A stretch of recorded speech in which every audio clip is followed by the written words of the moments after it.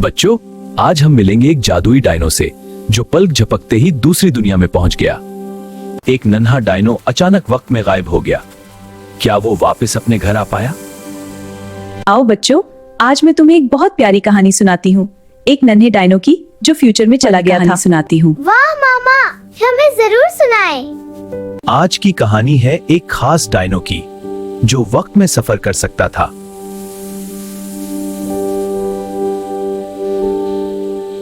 एक खूबसूरत जंगल में एक नन्हा सा डायनो रहता था। वो बहुत प्यारा और थोड़ा सा तजस्सुस वाला था।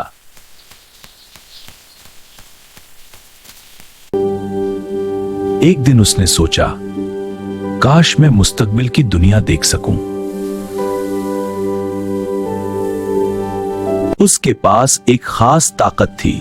वो अपनी ख्वाहिश से वक्त में सफर कर सकता था।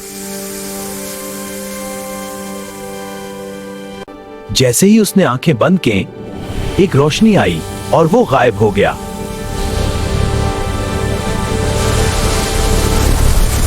जब उसने आंखें खोली, वो एक नई दुनिया में पहुंच चुका था।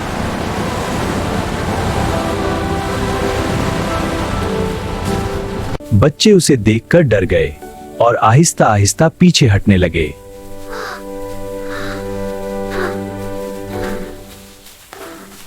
उसने कहा, डरो मत, हम दोस्त हैं।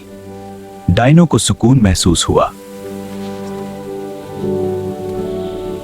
मत। फिर सब उसके दोस्त बन गए।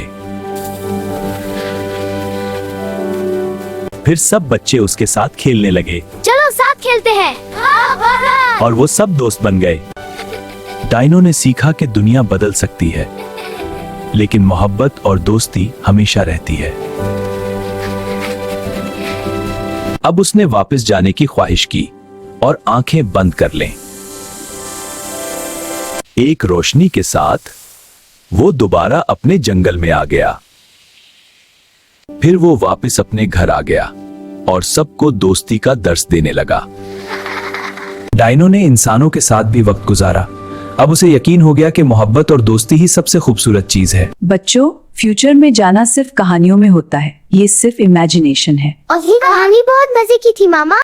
ऐसी मजेदार कहानियों के लिए हब ऑफ किड्स PS को लाइक और सब्सक्राइब करें। अल्लाह हाफिज बच्चों, फिर मिलेंगे एक नई कहानी के साथ।